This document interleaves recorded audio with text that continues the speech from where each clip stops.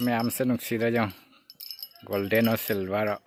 Adum yam ngasi ay mayam da Eigi life ko ba yam sathina memorable oiba aduga yam nungsiba Eigi medese loina tongal. Hello ma'am, good morning. Do ma'am ngasi di nongalakpada aina khwaidagi pamdaba pot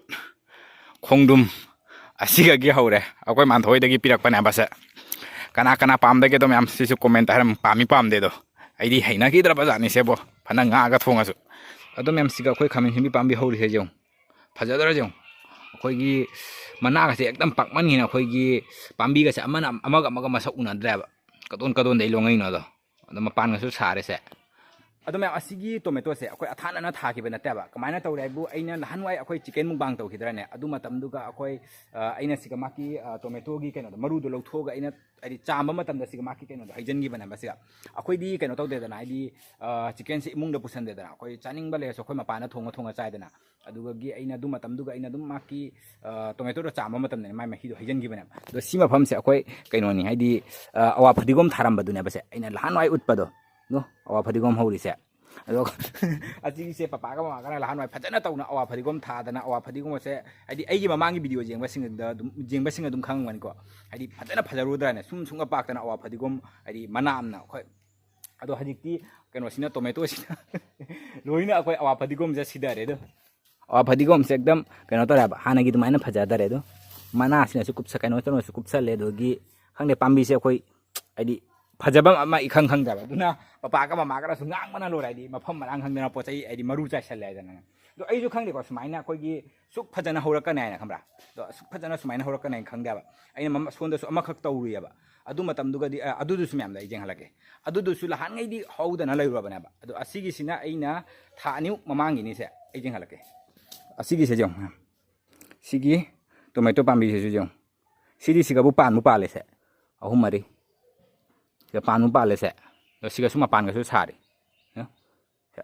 asigi tomato pambi sidi kuire ko ai kuira ba matung da kaur ga hore ni sise si su mayam ja sangi bani ko tomato mapum amara ani ra kaure ani oi mane tomato mapum ani ge mane duga maki amatang hore sini si haji kana pan khale do si su palak ta ge kana tawri ado asongi keno dadi aina keno tawdana loina maki wa phadigom singdudi adi keno tawdare adi oisandra ba ado adi keno to bane tomato mara se jamna sang hai ba duna adi awa phadigom se sidari na dumaina ngang ba pa oi na ma phamara khang na chara taw sala na siga su aina keno to bane ba do chara ama taw sangina ba do si se morok chara ra tomato chara ra di kaware o hungko ne o asigi mana sumaina pai sina di tomato mali to chawrak tri bani ma thong maring ama di khang de tomato di mali si se siga morok su tomato su taw gi bane ba ando swai siga su aina u morok chara taw gi bani se siga umurok chara taw khibado papa na kai dawrai budu siga thadok tana tawri se jong siga se do siga masle si oidare siga daba male do siga su jong siga su sisu oisandare simatani ko khara phajari ba singa the next day adum yam ngasi ai mayam da Eigi life ko ba yam sathina memorable oiba aduga yam nungsiba wari khara ai mayam da ngasi dum share dora kem to wari seli dingai da han beda kari po no do ai mayam da dum uchara ga ba adu matung ta ai mayam da wari se dum makhali ra ga to mayam tamina si ko yamina si loi ko do han beda nam post ai han ga ge ko kari po no mayam su dum khangam ba dai title lagi su to asigi sing se oidai ni nam asigi sing si wari agi model sing si asigi model se loina tongali asigi mapun oina ki nga tharamite asi sina akoi naw gina ba ai naw pa du gina ba duga asigi keno sina asina Eigi ni sigi keno gold ani thaka silver ani thaka ko asina Eigi ni aduga maki sina kya no gold ahum mari manga gold manga thaka maki sina silver ama thaka asini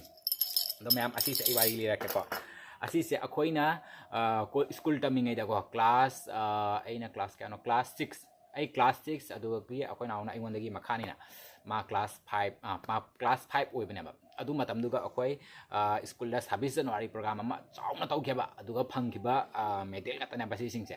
do mayam dan di asi se ai di kesulai de school gi medal adu bu ada ban dum ai di khana ba su jawni na do ai gi oina di ko ai di yam sathina ai di nungsiba ai tare ko yam sathina su memorable oi ba adu gumba adi kai makhala mane ba duna ai ngasi mayam da sigi bari se tum adi charak pa madum adi lirake na dum taw bani do asigi video sai semngani su aina su khallu da ba ngasi se aina upuda akoi adi pochai थीबदने असीसे जाउना लेरंबा थेंगनेबा दो कुइरबगी वारीनिको अखोइना class 6 तमंबगाइसे अइना class 6 Tamang school चाही मरी college तमंगा चाही मापन अदे college हादोपसु चाही क्या फाराबा चाही क्या कॉलेज चाही हजि 2025 निना 25 19 लोरदी 5 चाही तरु 9 प्लस 6 चाही तरा मंगा फाराबा वारीने बसिसे चाही तरा मंगा फाराबा प्रोग्राम गिने द अदु मतमदुगा अखोइ स्कूल से अखोइ नौना आइदि कनो तौबा आइदि स्कूल से हाना अखोइ फलांग खरा काय अमा खरा काय दुमाइना तौलेमेबा अइना पहिला क्लास 5 का चाहिदो अदो अइना क्लास 6 का बै चाहिदुगा मुक नौना सेमदोखिबना स्कूल से आइदि माकी कनो गा तौदना आइदि फजना प्लास्टर गा तौदना फजना सेमदोखिबा चाहिना बदु चाहिदो अदु चाहिदुगा अहानबा प्रोग्राम तौबनिको आइदि अदुइ मतुम दाबदि तौखिदरे अदो अहानबा प्रोग्राम तौबदुगा अखोइना सि फंखिबा मेटेल गातनिको सिसे असीसे अइगी सिंगसिना मैम असी सिंगजे जों अइगी असीगी गोल से गोल की अनी का फंगिसे असीसिना कनोदा फंगिबनेबा सिसिना कोक फाइट ता फंगिबनेबा अखोइ फर्स्ट प्राइज ता असीगी गोल के से फंगी अदुगा सेकेंड ताबा कांगु सिंगना असीगी सिल्वर की से फंगबनेबा अदो असीगी गोल के सिदी कोक फाइट ता फंगिबनेबा कोक असीगी कनो से कोक जोंखार गा दि कारे को जोंखार गा काना हुतोए द मनिंग गा से जों मनिंग गा से दुम जोंखार कारे कोक फाइट आइदि मैम अखोइ सुमाइना कनो तो गलेंबान खुद अमा थम्मगा दगी खोंग नाम अमसु सुमाइना खुदना पाइखतगा दगी सिसिना इल्लगा चोंगा सिसिना इल्लगा आई ओपोनेंट मीदो तुहनबदो अदुगा फंगिबनाबा अदुगा गी अतैना कैनो आइदि असीगी अमसिना करीदनो फंगिबदु दगी अमसे कावरे करी नोमदा फंगिबनि कावरे अदुगा असिना कबड्डी दी टीमनिना अदुगा अखोइना ngамहौद्राबा अखोइ फाइनल बुदि कारगा अखोइ टीमना सेकेंड ताखिबा अदुगा फंगिबनि अदुगा सिसिना म्यूजिकल चेयर दा फंगिबनि सिगे सिल्वर म्यूजिकल चेयर दा आइदा सेकेंड ताखिबा फासे तांगा हौदा सेकेंड ताखिबा अदुगा असीसे करीदनो फंगिबनि सीमा कावरे मैम सीमा करी ओमदि फंगिबनि अदो असीगा कोना सर्टिफिकेट जु फंगबनेबा दो सर्टिफिकेट तुदि काय चक्रबा खंगदे आइदि अदु मतमदुगा अखोइदि पीदना पीबने अदु मतमदुगा अखोइदि आइदि चे चांगी कैनोगा से लैते आइदि फजना थंबा खोप अदुगी वाखल गतो लैतेबा अदुना अखोइगी दुगी चे चांगी अखोइ अदुगी दि जहौदरे अदुदो लैबुदि लेरंबा जायको अखोइ जुम कांगो सिंगना मफम अमदा दुम थरंबासु जाय अदो आई जेंगनी थीनी फंगबा तारदि मैम आई सी वीडियो से एडिट तौबदा आई सिगा दुम थोकलकनेबा साइट दुम थोकलकने आई सर्टिफिकेट फोटो कापगने अदो अदुगा अखोइ नावगी सिना माकी सिना माइसिना चामेको माइ सिल्वर मंगानिको सॉरी गोल्डन मंगानिको अदुगी सिल्वर अमखक फंगिबनी अदो माकी दि अमखक माकी अनी खक तै खंगेको कै कैदो अहुम माकी अमदि चेनबि जांगबिदा फंगबनिको मागी सिदि जा मा चेनबा जाम जांगेबा अखोइ पिइङै दगिने अखोइ चेनबा खोटपा से जाम साथिना जांगे दुना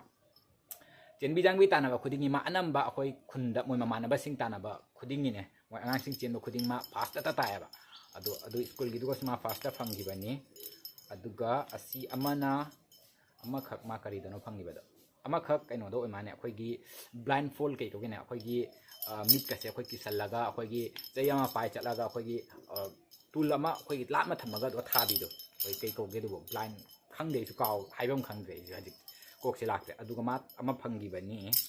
अदु कबड्डी दा अमा फंगिबनी मोइगी टीम अखोइगा सानाबा नतेबा अखोइगा सानाइदुना अखोइ अचौबा सिंग टीम नि दो मोइगिना मोइ आंगांग सिंग मोइ टीम याम सानाबनेबा अदो अदुगा मोइ टीम ना फास्ट आकिबनी अदुगा आदि कावख्रेदा मैम अखोइ मन्ना अतै सिंगना कावरे कै दनो फंगिबनी दो असिगे से अखोइ हाइरोदि के सु लैतबा कैनोनेबा अदुइसु अखोइना पीइङैदा अखोइगी सुमाइना कैगुम्बा अमा फंगिबगाइसे याम साथिना अखोइगी हजिक मतमदुगदी केसुम खनगिदेको हाइदि हराउबुदि हराउखिको असि फंगी खोली अथुमाइना फंगी खोलाइन हराउखिको अदो हजिक अक्ता उरुबसे याम साथिना नुसिरकपा हाइतारे अदुना आइना भिडियो से सेमिङ मनिना सेमैनाबा हाइदि सेमनि गाइन असिगी प्लानिङ भिडियो से सेमनि गाइन सि प्लानिङ का कैसुम लैपोन्ते आइना ngasi अक्ता फंगनाबदुको याम साथिना मतमदो आइदि नुसिरक्तराने अदुना सेमगिबनि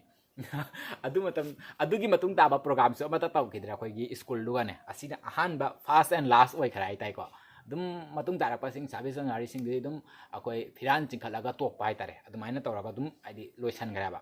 अदो अदुगी चाहिदुगा तनिको सुमाइना अखोइगी जाम साथिना चाउना तौखिबा हाइसे अदोनी सुमाइना अखोइगी पिइङैगी सिगुम अममगसे हाइ सुमाइना अखोइगी लेहौबगा हाइसे ꯍꯥꯏꯗꯤ ꯅꯨꯡꯁꯤꯗ꯭ꯔꯥ ꯃꯌꯥꯝ ꯍꯥꯏꯗꯤ ꯑꯩꯈꯣꯏꯅ ꯃꯇꯝꯗꯨꯒꯗꯤꯀꯣ ꯍꯥꯏꯗꯤ ꯀꯩꯒꯨꯝꯕ ꯄꯣꯠ ꯑꯆꯧꯕ ꯄꯣꯠ ꯑꯃ ꯐꯪꯗ꯭ꯔꯦ ꯃꯇꯝꯗꯨꯒꯗꯤ ꯑꯩꯈꯣꯏ ꯁꯥꯎꯋꯦꯕ ꯍꯥꯏꯗꯤ ꯈꯨꯟꯗ ꯑꯩꯈꯣꯏꯒꯤ ꯁꯨꯃꯥꯏꯅ 26 ꯖꯅꯋꯥꯔꯤ ꯇꯧꯕ ꯃꯇꯝꯗꯁꯨ ꯑꯩꯈꯣꯏ ꯈꯇꯥ ꯈꯪꯗꯦ ꯀꯣꯂꯣꯝ ꯈꯪꯗꯦ ꯑꯗꯨꯒ ꯑꯩꯈꯣꯏꯒꯤ ꯄꯨꯈꯝ ꯇꯦꯡꯒꯣꯠ ꯒ꯭ꯂꯥꯁ ꯑꯗꯨꯃꯥꯏꯅꯒ ꯑꯅꯝꯕ ꯐꯪꯉꯦꯕ ꯑꯗꯣ ꯁ꯭ꯀꯨꯜꯒꯤꯗꯅ ꯁꯨꯃꯥꯏꯅꯒ ꯑꯗꯨꯗꯒꯤ ꯈꯇꯥ ꯑꯃꯃꯝꯒꯔ ꯀꯩꯅꯣ ꯑꯗꯨꯃꯥꯏꯅ ꯄꯤꯈꯤꯕꯅꯤ ꯑꯗꯨ ꯃꯇꯝꯗ ꯑꯩꯈꯣꯏꯅ ꯍꯥꯏꯗꯤ ꯁꯥꯎꯋꯦꯕ ꯑꯩꯈꯣꯏ ꯑꯇꯣꯞꯄ ꯄꯣꯠ ꯄꯤꯗꯦ ꯈꯣꯠꯇꯦ ꯍꯥꯏꯅ ꯑꯗꯣ ꯈꯪꯗꯕꯅꯤꯅ ꯃꯇꯝꯗꯨꯒꯗꯤ ꯁꯤꯁꯤꯅ ꯀꯩꯗꯧꯗꯣꯏꯅꯣ ꯈꯣꯠꯇꯣꯏꯅꯣ ꯍꯥꯏꯅ ꯑꯗꯣ ꯍꯔꯥꯎꯕꯩ ꯍꯔꯥꯎꯔꯒꯁꯨꯅꯦ ꯍꯥꯏꯗꯤ ꯍꯔꯥꯎꯕ ꯑꯕꯥꯏꯗꯤ ꯂꯩꯗꯅ ꯑꯩꯈꯣꯏꯒꯤ ꯀꯩꯒꯨꯝꯕ ꯄꯣꯠ ꯑꯃ ꯐꯪꯉꯒ ꯍꯥꯏꯗꯤ ꯀꯥꯟꯅꯕ ꯄꯣꯠ ꯑꯃ ꯐꯪꯉꯒ ꯍꯔꯥꯎꯕ ꯑꯃ ꯂꯩꯗꯅ ꯑꯗꯨꯃꯥꯏꯅ ꯑꯣꯏꯈꯤꯗꯦꯕ ꯑꯗꯨꯝ ꯄꯣꯠ ꯐꯥꯔꯁ ꯁꯦꯀꯦꯟ ꯇꯥꯔꯛꯏꯗꯨꯒꯤ ꯍꯔꯥꯎꯕꯗꯤ ꯑꯣꯏꯔꯒꯅꯦ ꯂꯥꯁꯇꯤ ꯇꯥꯗ꯭ꯔꯥꯏꯗꯨꯒꯤ ꯍꯔꯥꯎꯕꯗꯤ ꯑꯣꯏꯔꯒ ꯑꯗꯨꯃꯥꯏꯅ ꯑꯣꯏꯕꯗꯣ ꯑꯣꯏꯈꯤ ꯑꯗꯣ ꯍꯧꯖꯤꯛ ꯎꯔꯒꯗꯤꯀꯣ ꯃꯌꯥꯝ ꯑꯁꯤꯒꯤ ꯄꯨꯈꯝ ꯇꯦꯡꯀꯣꯠ ꯑꯗꯨꯃꯥꯏꯅ ꯐꯪꯕꯗꯒꯤ ꯑꯁꯨꯃꯥꯏꯅ ꯃꯦꯗꯜ ꯐꯪꯕꯁꯦ ꯑꯩꯈꯣꯏꯒꯤ ꯑꯗꯨꯝ ꯄꯨꯡꯐꯥꯎ ꯂꯩꯍꯧꯗ꯭ꯔꯕꯅꯦꯕ ꯃꯌꯥꯝ ꯁꯤꯁꯦ ꯑꯗꯨꯅꯦ ꯁꯤꯁꯦ ꯑꯩꯈꯣꯏ ꯐꯖꯅ ꯑꯗꯨꯝ ꯁꯟꯅꯒꯁꯦ ꯊꯔꯝꯕ ꯇꯧꯗꯣꯏꯅꯤ ꯃꯤꯁꯤꯡꯅ ꯑꯗꯣ ꯃꯥꯒꯤ ꯁꯥꯔꯇꯤꯐꯤꯀꯦꯠꯁꯤꯡꯗꯨꯗꯤ ꯈꯪꯗꯦ ꯀꯗꯥꯏꯗ ꯊꯝꯈ꯭ꯔꯤꯕ ꯑꯗꯨꯅꯤ ꯃꯌꯥꯝꯗꯣ ꯁꯨꯃꯥꯏꯅ ꯇꯧꯅ ꯆꯍꯤꯁꯦ ꯑꯗꯨꯝ 34 35ꯗꯤ ꯑꯗꯨꯝ ꯍꯧꯖꯤꯟꯈꯔꯦ ꯑꯗꯣ ꯆꯍꯤꯁꯦ ꯆꯠꯄꯒ ꯈꯪꯍꯧꯗꯦꯕ ꯑꯗꯣ ꯆꯍꯤꯁꯦ 34 35 ꯍꯧꯈ꯭ꯔꯒꯁꯨ ꯑꯩꯈꯣꯏ ꯑꯗꯨꯝ ꯍꯥꯏꯗꯤ ꯆꯍꯤ 4 5 ꯃꯃꯥꯡꯒꯤ ꯋꯥꯔꯤ ꯑꯗꯨꯃꯥꯏꯅ ꯇꯧꯔꯤ ꯑꯗꯣ ꯆꯍꯤꯗꯤ ꯑꯗꯨꯝ ꯆꯠꯈꯤꯕ ꯈꯪꯍꯧꯗꯦ ꯑꯗꯣ ꯑꯁꯤꯁꯦ ꯑꯩꯅ ꯑꯗꯨꯝ ꯍꯥꯏꯗꯤ ꯐꯪꯅꯕꯒ ꯚꯤꯗꯤꯑꯣ ꯁꯦꯝꯃꯤꯁꯦ ꯀꯩꯒꯤꯅꯣ ꯍꯥꯏꯗꯤ ꯑꯩꯅ ꯑꯗꯨꯝ ꯍꯥꯏꯗꯤ ꯇꯨꯡꯗ ꯃꯦꯃꯣꯔꯤ ꯑꯃ ꯑꯣꯏꯅ ꯑꯗꯨꯝ ꯂꯩꯍꯧꯅꯕꯅꯦ ꯍꯥꯏꯗꯤ ꯃꯇꯝꯗꯨꯃꯛꯇꯕꯗ ꯚꯤꯗꯤꯑꯣꯗꯣ ꯁꯦꯝꯕ ꯉꯝꯍꯧꯗ꯭ꯔꯁꯨ ꯍꯥꯏꯗꯤ ꯐꯣꯟꯗꯣ ꯂꯩꯇꯕꯅꯤ나 ꯃꯇꯝꯗꯨꯒꯗꯤ ꯁ꯭ꯃꯥꯔꯠ ꯐꯣꯟꯒꯁꯨ ꯂꯩꯇꯦꯗꯅ ꯑꯗꯨꯅ ꯑꯗꯨꯝ ꯀꯤꯄꯦꯗ ꯐꯣꯟ ꯑꯩꯈꯣꯏꯒꯤ ꯀꯦꯃꯦꯔꯥ ꯆꯥꯎꯕ ꯑꯗꯨꯒꯨꯝꯕꯗꯣ ꯀꯥꯕꯣꯛ ꯍꯥꯏꯗꯤ ꯃꯤ 1 2 3 4 ꯑꯗꯨꯃꯥꯏꯅ ꯄꯥꯏꯅꯔꯝꯃꯤ ꯑꯗꯨ ꯃꯇꯝꯗꯨꯒꯗꯤ ꯃꯤ ꯄꯨꯂꯞ ꯐꯣꯟꯁꯨ ꯄꯥꯏꯅꯗꯦꯗꯅ ꯑꯗꯨꯗꯤ ꯑꯗꯨ ꯃꯇꯝꯗꯨꯒꯗꯤ ꯑꯗꯨꯃꯥꯏꯅ ꯁ꯭ꯃꯥꯔꯠ ꯐꯣꯟꯒꯗꯣ ꯂꯩꯇꯕꯅꯤꯅ ꯑꯩꯈꯣꯏ ꯁꯤꯒꯨꯝꯕ ꯍꯥꯏꯗꯤ ꯀꯩ ꯀꯥꯁꯦ ꯀꯦꯞꯆꯔ ꯇꯧꯕ ꯉꯝꯍꯧꯗ꯭ꯔꯦ ꯑꯗꯣ ꯍꯧꯖꯤꯛꯀꯤ ꯑꯉꯥꯡꯁꯤꯡꯒꯤꯗꯤ ꯃꯌꯥꯝ ꯃꯣꯏꯗꯤ ꯍꯧꯖꯤꯛ ꯗꯦꯁꯥꯃꯨꯛ ꯄ꯭ꯔꯣꯒ꯭ꯔꯥꯝ ꯑꯃ ꯇꯧꯕꯗ ꯍꯥꯏꯗꯤ ꯃꯣꯏꯒꯤꯗꯤ ꯑꯗꯨꯒꯨꯝꯕꯗꯣ ꯂꯣꯏꯅ ꯀꯦꯞꯆꯔ ꯇꯧꯕ ꯊꯝꯃꯕꯅꯤꯅꯦ ꯃꯣꯏꯗꯤ ꯍꯌꯦꯡ ꯇꯨꯡꯗ ꯁꯤꯒꯨꯝꯕꯒꯁꯦ ꯃꯣꯏ ꯍꯌꯦꯡ ꯃꯣꯏꯅ ꯇꯧꯈꯤꯕꯁꯤꯡꯗꯣ ꯎꯔꯒ ꯃꯣꯏ ꯅꯨꯡꯁꯤꯔꯛꯀꯅꯦꯕ ꯑꯗꯨꯒꯨꯝꯕ ꯃꯦꯃꯣꯔꯤ ꯑꯃꯗꯤ ꯃꯣꯏꯗ ꯄꯨꯔꯥ ꯍꯥꯏꯗꯤ ꯑꯣꯏꯅ ꯑꯃ ꯂꯩꯔꯅꯦꯕ ꯑꯩꯈꯣꯏ ꯆꯨꯝꯅ ꯑꯩꯈꯣꯏ ꯁꯨꯃꯥꯏꯅ ꯇꯧꯅ ꯍꯥꯏꯕꯁꯤꯒ ꯑꯗꯒꯤ ꯃꯣꯏꯒꯤ ꯍꯧꯖꯤꯛ ꯑꯦꯛꯆꯨअल ꯃꯣꯏ ꯇꯧꯔꯤꯕ ꯄꯣꯠꯇꯣ ꯑꯩꯈꯣꯏ ꯀꯦꯞꯆꯔ ꯇꯧꯕ ꯍꯥꯏꯗꯨꯒ ꯈꯦꯠꯅꯩꯗꯅ ꯑꯗꯣ ꯑꯩꯅ ꯑꯁꯤ ꯇꯧꯔꯤꯁꯤꯅ ꯍꯌꯦꯡ ꯀꯩꯒꯨꯝꯕ ꯍꯥꯏꯗꯤ ꯇꯨꯡꯗ ꯑꯩꯈꯣꯏꯒꯤ ꯃꯦꯗꯜꯁꯦ ꯃꯥꯡꯈꯤꯕꯒ ꯂꯩꯔꯒꯁꯨ ꯑꯩꯅ ꯑꯗꯨꯝ ꯑꯩꯒꯤ ꯚꯤꯗꯤꯑꯣꯁꯦ ꯌꯦꯡꯉꯒꯅꯦ ꯃꯇꯝꯗꯣ ꯑꯗꯨꯝ ꯍꯥꯏꯗꯤ ꯅꯤꯡꯁꯤꯡꯕ ꯍꯥꯏꯗꯤ ꯅꯨꯡꯁꯤꯗꯅ ꯎꯔꯒ ꯅꯤꯡꯁꯤꯡꯕ ꯉꯝꯃꯤꯗꯅ ꯐꯖꯅ ꯑꯗꯨꯒꯤꯗꯃꯛꯇꯁꯨ ꯑꯩꯅ ꯃꯌꯥꯝ ꯑꯁꯤꯒꯤ ꯚꯤꯗꯤꯑꯣꯁꯦ ꯑꯗꯨꯝ ꯁꯦꯝꯃꯅꯤ ꯑꯗꯣ ꯐꯔꯦ ꯃꯌꯥꯝ ꯉꯁꯤꯒꯤꯗꯤ ꯚꯤꯗꯤꯑꯣꯁꯦ ꯂꯣꯏꯁꯤꯜꯂꯒꯦ ꯃꯇꯥꯡꯁꯤꯒ ꯑꯗꯣ ꯃꯌꯥꯝ ꯚꯤꯗꯤꯑꯣꯁꯦ ꯅꯨꯡꯉꯥꯏꯕꯤꯔꯒꯗꯤ ꯂꯥꯏꯛ ꯁꯤꯌꯔ ꯇꯧꯕꯤꯔꯝꯃꯨ ꯑꯗꯨꯒ ꯀꯣꯃꯦꯟꯁꯨ ꯑꯗꯨꯝ ꯊꯥꯗꯕꯤꯔꯝꯃꯨ ꯑꯗꯨꯒ ꯁꯕꯁꯀ꯭ꯔꯥꯏꯕ ꯇꯧꯕꯤꯗꯕ ꯑꯅꯧꯕ ꯆꯪꯉꯛꯄ ꯏꯆꯤꯟ ꯏꯅꯥꯎꯁꯤꯡ ꯌꯥꯎꯔꯒꯅ ꯃꯌꯥꯝ ꯁꯕꯁꯀ꯭ꯔꯥꯏꯕ ꯇꯧꯁꯟꯕꯤꯔꯝꯃꯨ ꯑꯗꯣ ꯃꯌꯥꯝ ꯃꯊꯪꯒꯤ ꯚꯤꯗꯤꯑꯣꯗ ꯑꯃꯨꯛ ꯊꯦꯡꯅꯔꯁꯤ